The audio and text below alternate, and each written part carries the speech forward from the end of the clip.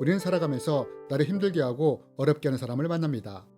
그런 사람이 직장의 상사나 동료일 수 있고 혹은 가정의 남편이나 아내일 수 있으며 때로는 교회의 누군가일 수도 있습니다.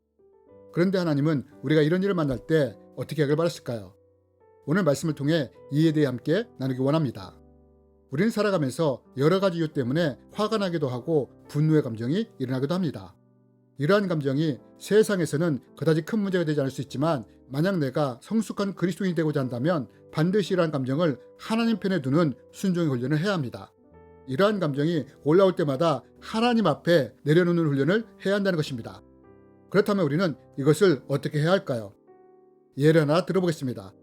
우리는 회사에서, 가정에서 혹은 교회 봉사를 하다가 혹은 누군가와 의견 충돌로 인해 마음이 상하는 때가 있습니다. 이럴 때 보통 나는 어떻게 합니까? 그 문제를 당사자와 함께 잘 풀어갑니까?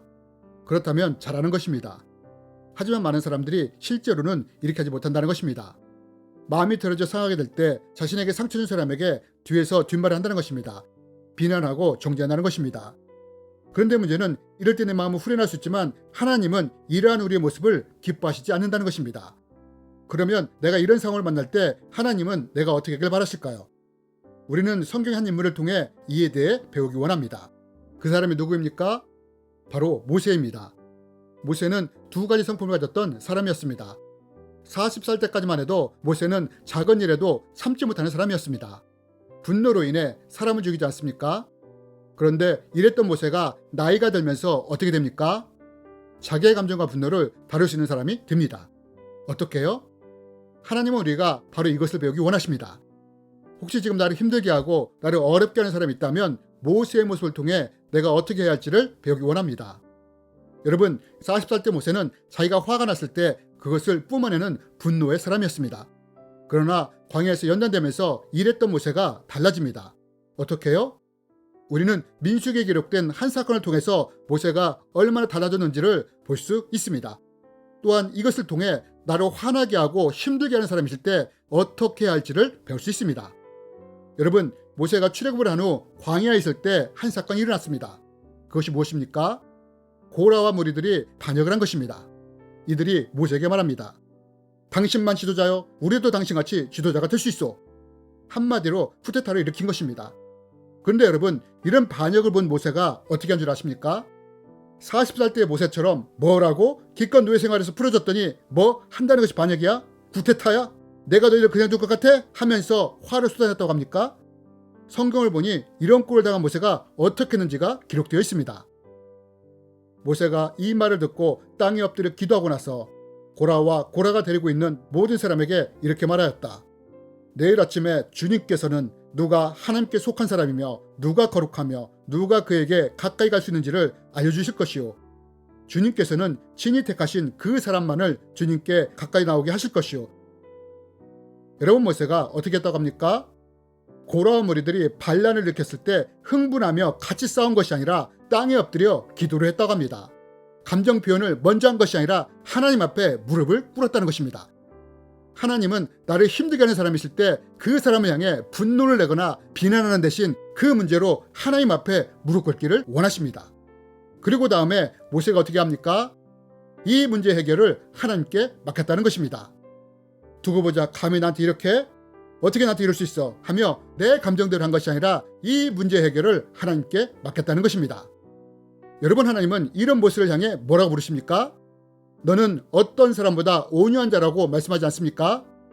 여러분, 이것이 나를 힘들게 하고 어렵게 하는 사람이 있을 때 하나님이 원하시는 감정 처리의 방법입니다. 나를 화나게 하고 힘들게 하는 사람이 있을 때 뒤에서 비난하고 정죄하는 것이 아니라 하나님 앞에 나와 무릎을 꿇고 기도하며 그 문제를 하나님께 맡기길 원하신다는 것입니다. 이것이 바로 내 감정을 하나님께 두는 방법입니다.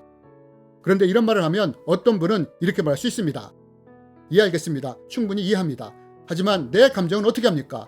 그 사람만 생각하면 화가 치밀어 오르는데 이럴 때 어떻게 하란 말입니까? 라고 말입니다. 예, 맞는 말입니다.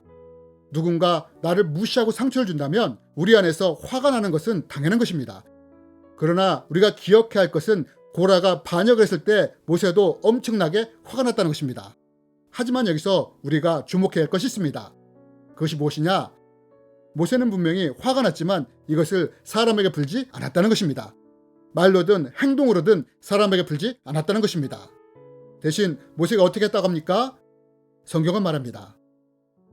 모세가 심히 노하여 여호와께 여짜오되 주는 그들의 헌물을 돌아보지 마옵소서. 나는 그들의 나귀 한 마리도 빼앗지 아니하였고 그들 중에 한 사람도 해하지 아니하였나이다. 여러분, 모세가 고라의 무리들을 보면서 어떤 마음이 들었다고 합니까? 심히 화가 났다고 합니다. 그런데 여러분, 우리가 여기서 볼 수 있는 것이 무엇입니까? 모세는 화가 났지만 그것을 사람에게 풀지 않았다는 것입니다.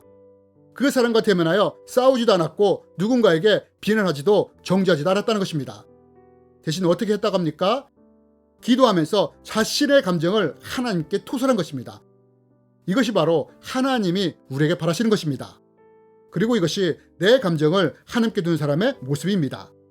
그렇다면 여러분, 혹시 우리는 어떻습니까? 내 주위에 나를 힘들게 하고 어렵게 하는 사람이 있습니까?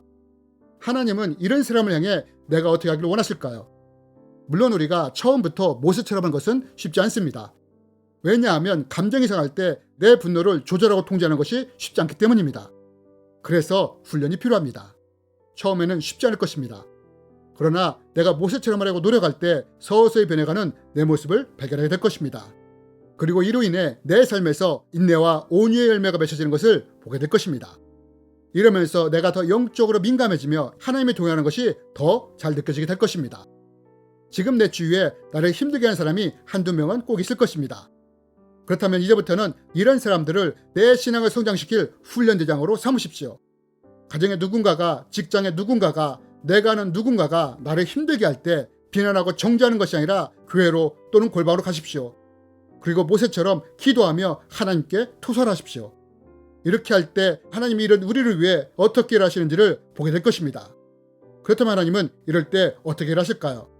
다음 편에서는 우리의 감정을 하나님께 드릴 때 하나님이 이것을 통해 어떻게 일하시는지에 대해 배우기 원합니다. 주님의 이름으로 여러분을 축복합니다.